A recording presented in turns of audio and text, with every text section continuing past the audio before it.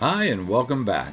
In the previous video, Highway 395 Attractions Part 1, here's the thumbnail, I traveled from the hubcap capital of the world to the 1872 burial site of the Lone Pine earthquake. Did you know all of those attractions were within a 48-mile stretch? Like I said, there's so much to see on the 395. Here's an FYI. Coming up about 11 miles north of Lone Pine is Manzanar. It's a national site. It's one of the 10 camps the U.S. confined the Japanese during World War II. I did a video back in 2022 and here's the thumbnail.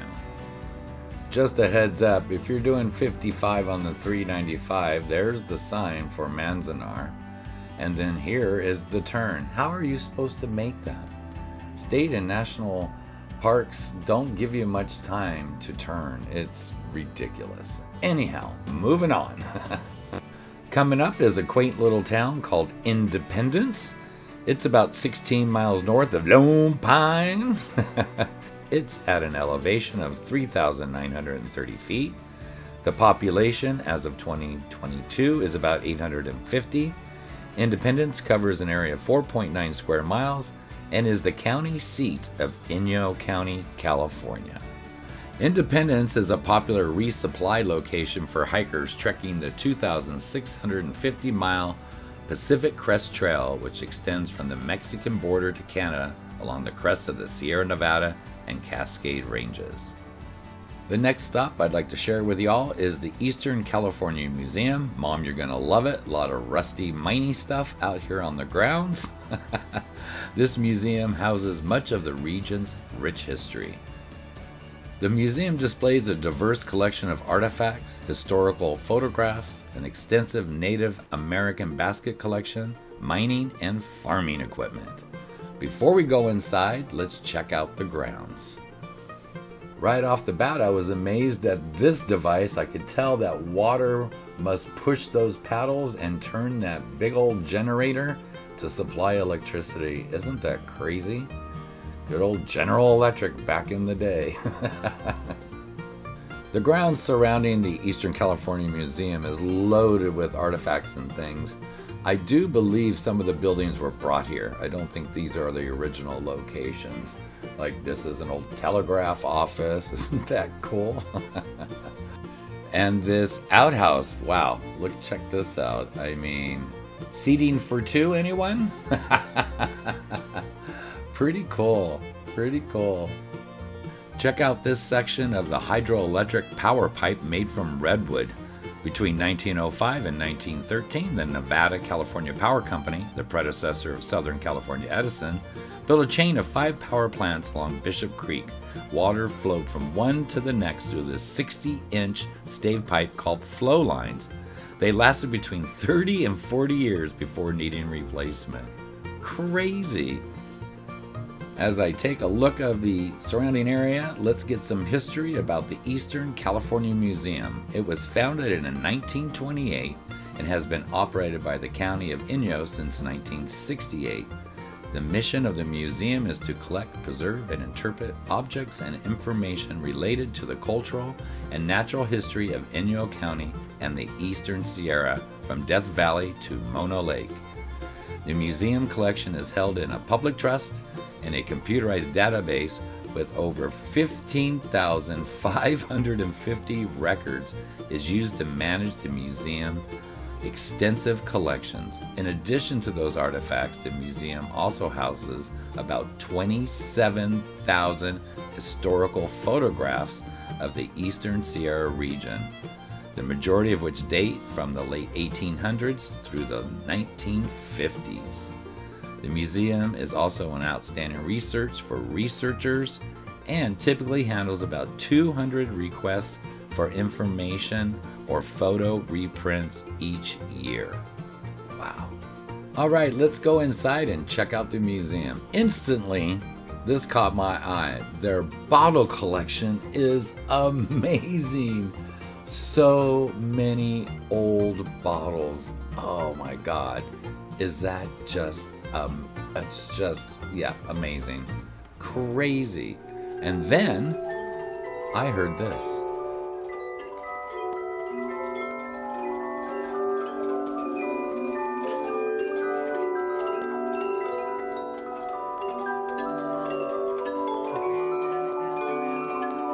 Alright guys, before MP3, CDs, 8-tracks, cassettes, records, that's what you would have to carry and jog with. This is an electrostatic machine. I'm not sure what it does, but that was really cool. And an old stove. They had some great stuff in here. There was even a little section of memorabilia from Manzanar. I highly recommend, if you're in the area, you need to stop by and check out this museum. If not for anything else, but this. Check it out. Coyote dentures. Someone made dentures out of coyote teeth. Wow. Moving on from the Eastern Californian Museum, straight ahead is the Inyo County Courthouse, designed by W.H. Weeks, completed in 1921. Independence became the seat of Inyo County in 1866, when its top competitor for the honor, a mining camp called Kearsarge, disappeared under an avalanche. Independence has been an Inyo County seat since the county's formation in 1866. This courthouse is the fourth in Inyo County's history. The first collapsed in the 1872 earthquake, the second burned in 1892, the third was determined to be too small and was replaced by Mr. Weeks' building in 1922. Here's a fun fact. Check out the words county, court, and house on the building. The ancient Romans didn't have a U letter and used V instead. U didn't enter widespread use in the English language until the 18th century. Courthouses are often designed in a neoclassical style and sometimes use V for U as part of a throwback style. Wow, Independence, you're so hip! About 3 miles north of Independence is the Mount Whitney Fish Hatchery. I've seen this sign, but I thought I'm going to stop this time and I'm going to check it out. And I'm glad I did. Built in 1960, it was the second state hatchery built in California. For many years, it supplied trout eggs to other hatcheries in California and other western states. It is the only hatchery to produce the California golden trout. The California golden trout, also known by its given name, which I will not even try to pronounce, is a species of trout native to California. The golden trout are normally found in the Golden Trout Creek, a tributary to the Kern River. The golden trout is the official freshwater state fish of California since 1947. The Mount Whitney Hatchery has been closed for hatchery use since 2008, when the hatchery and the surrounding area were severely damaged when heavy rains pounded the already fire-damaged Oak Creek watershed. This triggered a massive debris flow that killed all the trout, destroyed 4 buildings, and buried the fish rearing ponds. Nearby, Black Rock Hatchery, where fish production takes place for the Eastern Sierra, was not damaged and continues to stock fish on a regular basis. What a pleasant surprise pulling into this place and seeing how lush and gorgeous it was. The Mount Whitney Hatchery was constructed to serve the southern counties in California. The long haul from Mount Shasta Hatchery was rough on the fish, and a hatchery was needed in the south of the state. Spearheaded by Commissioner M.J. Connell of Los Angeles, the location of the proposed hatchery was hotly contested between different sites. Eventually, an agreement was made to build the structure on Oak Creek near the town of Independence. Local fundraising efforts gathered enough money, about $1,850, for the purchase of 40 acres. Wow. The hatchery was built from locally sourced granite and has withstood aging and weather for nearly 100 years. The hatchery buildings contain 120 troughs and had a capacity of 3 million fingerlings. These fingerlings were used to stock rearing ponds at Fish Springs and Black Rock Hatchery. At the time of its construction, Fish and Game Commissioner M.J. Connell instructed his team to design a building that would match the mountains, would last forever, and would be a showplace for all time. The walls of the building are constructed using native granite collected within a quarter mile of the site. The massive walls are 2 to 3 feet thick. Oh my gosh. Wow. There were no tours available to go in the buildings, but I can say this. The shady grounds in Main Pond are excellent for a relaxing picnic. If you're traveling through Independence, I would definitely recommend a quick stop here at the Mount Whitney Fish Hatchery. And just a reminder, there is no fishing allowed. Well, okay then, let's bebop Scooby-Doo back to the Highway 395 north. And at about 23 miles is the town of Big Pine, California, located in the Owens Valley between the Sierra Nevada and the White Mountains. Here is the sign welcoming you to Big Pine, the gateway to Palisade Glacier and Bristlecombe Pines. Behind this sign is the massive 3D iconic Beanie billboard beckoning you to the Mammoth Mountain skiing area about an hour north of Big Pine. Fun fact, for over a decade, the Mammoth Mountain ski area creates a new beanie each year and decorates this beanie billboard to match. What a brilliant marketing plan, especially for collectors. This is from the website. Our Mammoth beanies aren't just something to wear. They're like a warm hug from the mountain itself. They've become more than accessories. They're a symbol of a tradition like no other. With some editions being rarer than a Yeti sighting, they're coveted like treasures. Who knew a beanie could be so darn cool? Good Lord. Just north of Big Pine is Highway 168. I'm going to grab that and go off the beaten path here for about 75 miles to Nevada, actually, because there is a couple of quote-unquote ghost towns. And so here we go. The first one's going to be Gold Point. And from this turnoff, it's about, I think, 7 or 8 miles straight up to the mountain. I know this is not a Highway 395 attraction, but I was so close, and Mom loves ghost towns. Now, the definition of ghost town in my brain means complete empty, derelict town. But in modern days, I think if the population is under 50, it could be considered a ghost town. So, here we go.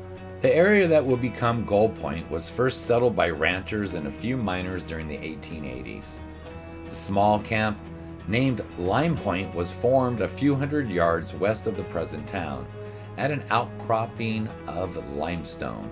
The population today is about 7 to 10 residents, at an elevation of 5,400 feet. When new discoveries of gold and silver established the mining towns of Tonopah and Goldfield, Nevada in the early 1900s, a flood of prospectors returned to Lime Point. In 1902, silver was discovered in the area and the old camp was revived. Scarcity of water in the area required that the ore be shipped to a nearby Lida town for milling.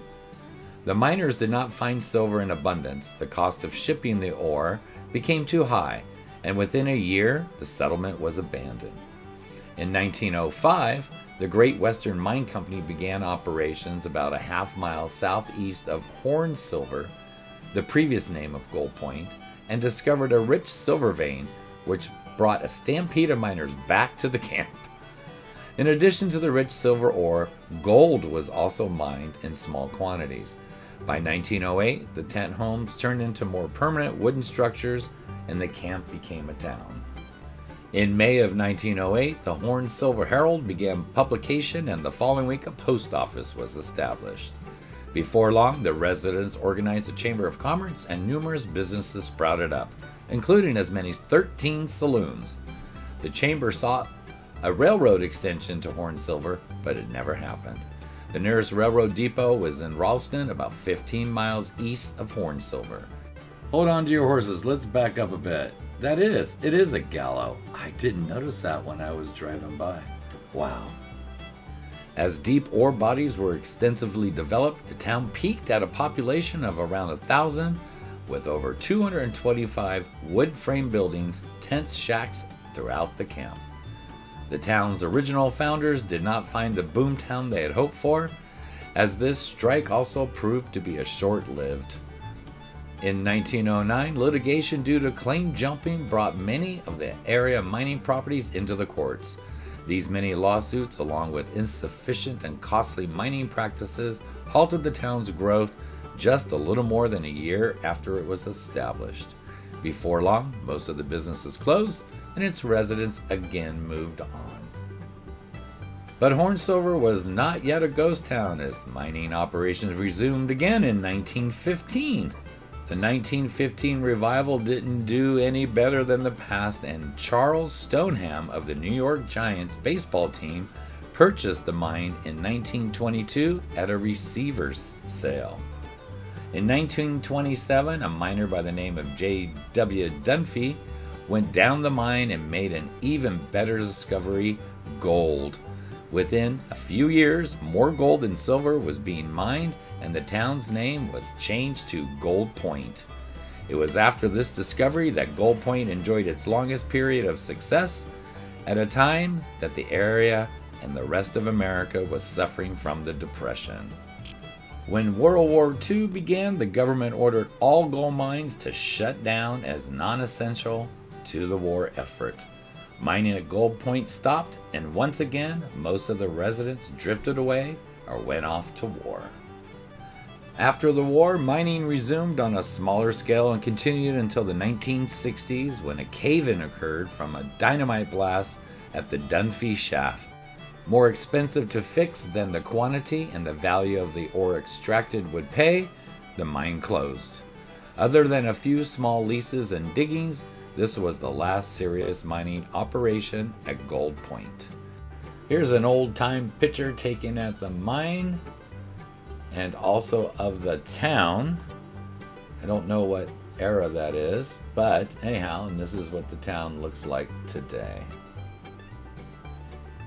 The post office / museum is open on most weekends, and for large parties. Unfortunately for me, I happen to be passing through on a weekday. Memorial Day weekend is the annual chili cook-off with prizes and drawings, food, drink, and games, live music all day and through the night. For a few days of the year, the population soars to 400, but it's usually between 7 and 10. Moving on, about 30 miles north of Gold Point is Goldfield, Nevada. I'm not calling this a ghost town because the population in 2022 was 220. So, Anyway, it sits at an elevation of 5,686 feet. Goldfield was a boom town in the first decade of the 20th century due to the discovery of gold. Between 1903 and 1940, Goldfield's mines produced more than 86 million at then current prices. By 1904, the Goldfield district produced about 800 tons of ore, valued over $2 million, 30% of the state's production for that year. This remarkable production caused Goldfield to grow rapidly, and it soon became the largest town in the state of Nevada with about 20,000 people. And that was its peak population. Coming up on the right is the Goldfield Hotel. It was built between 1907 and 1908 on the site of two earlier hotels of the same name, which had burnt down when a moonshine spill exploded, which in turn destroyed most of the town's flammable buildings. Built at a cost between $300,000 and $400,000, it was reported to be the most spectacular hotel in Nevada at the time of its completion in 1908. Champagne is said to have flown down the front steps in the opening ceremony. Its 150 rooms on 4 floors were fitted with pile carpets, many with private baths. The lobby was trimmed in mahogany with black leather upholstery and gilded columns. It also featured an elevator and a crystal chandeliers. Wow. It's for sale right now, and it can be yours for a whopping $2.3 million. It's also noted to be very haunted, and TV shows like Ghost Adventures, Paranormal Investigations have all filmed inside the Goldfield Hotel. Well, that's basically the drive through the high street in Goldfield, but I saw a fire station, so we're going to turn around, go back, and check it out. The Earp brothers, Wyatt and Virgil, came to Goldfield in 1904. Virgil was hired as a Goldfield deputy sheriff, and in January of 1905, he contracted pneumonia and died. Wyatt left Goldfield shortly afterwards. Just past Fire Station 1, I ran into these cute little four-legged critters. Alright, so here we go. History lesson. Fun fact. Did you know burros and donkeys are the same animal? People tend to refer to domestics as donkeys and the wild critters by the Spanish name burro. A mule is not the same. It's a cross between a horse and a donkey. So there you go. By the 1910 census, the population had declined to 4,800. Part of the problem was the increasing cost of pumping brine out of the diggings, making them uneconomical. I kind of searched through town. I went to the Chamber of Commerce. I went to the Visitor Center. Both were closed. So then I just kind of drove around town to see if I can find some cool old buildings like this courthouse here. That is gorgeous. Alright, I guess it's time for some weird and strange things. So we're coming up to the International Car Forest of the Last Church. Alright, here we go. Admission is free. It's open 24/7. Alongside the tailing piles of the last great gold camp, this open-air, rusted-out art gallery with perfectly teetering, practically buried junk cars, part of the Goldfield scene for years. The International Car Forest of the Last Church was created by longtime Goldfield resident Mark Rippey, whose vision was to break the Guinness World Records for the world's biggest car forest. Joined by artists Chad Sort and Zach Sargent, the three set to work burying the noses of more than 40 vehicles. While other outdoor car exhibits are found in other states like Texas Cadillac Ranch or Nebraska's Carhenge, Goldfield's International Car Forest, in fact, the largest in the country. So what's behind the name anyway? The International Car Forest of the Last Church, which has no artist statement or information bulletin, is a combination of two ideas: a national forest that people could openly visit, and a nod to Rippey's website called The Last Church, which details religious theories that want nothing to do with organized religion. This one-of-a-kind gallery comprised of over 40 cars, each a unique masterpiece of its own, with constantly changing artwork commissioned by artists near and far. While some cars are forcefully driven into the ground, clawing toward the sky, others are carefully balanced on top of each other, as though they could topple over at any minute. So there you have it. That was Goldfield, Nevada, sort of a ghost town. And here's some old-timey pictures of the town back in the day. Some movies were actually filmed here. The 1956 State Trooper had a few episodes filmed in Goldfield. 1971 Vanishing Point, 1981 Butterfly, 1987 Cherry 2000, 1998 Desert Blue, 1989 Family Reunion, 1995 The Stranger, 2007 Ghost of Goldfield, and a few episodes of Ghost Adventures and Real Haunts Ghost Towns. As I head back towards California, all the way back to Big Pine, where we turned off for this little ghost towny adventure, I came across this. There was no road signs or signage to say what this was, but I could see it coming off to my right, so I found a good spot to pull over and thought, what the heck is going on here? There was only this sign, and it reads, Palomento. Thinking that local Joshua trees were related to palm trees, the 1866 prospector named the mining cap Palomento. Although a local 12-stamp mill worked the silver ore, the town died for lack of profitable material. New discoveries in the late 1860s brought Palo back to life, but once again, meager deposits caused its demise. New prospecting in 1903 caused Palo to grow to a town of 200 tents. And its peak in 1906, the Commerce Street contained all the necessary mining camp businesses. Local miners drifted away in autumn of 1906. Mining on a lease base has been minimal since that time. An important talc deposit lies nearby.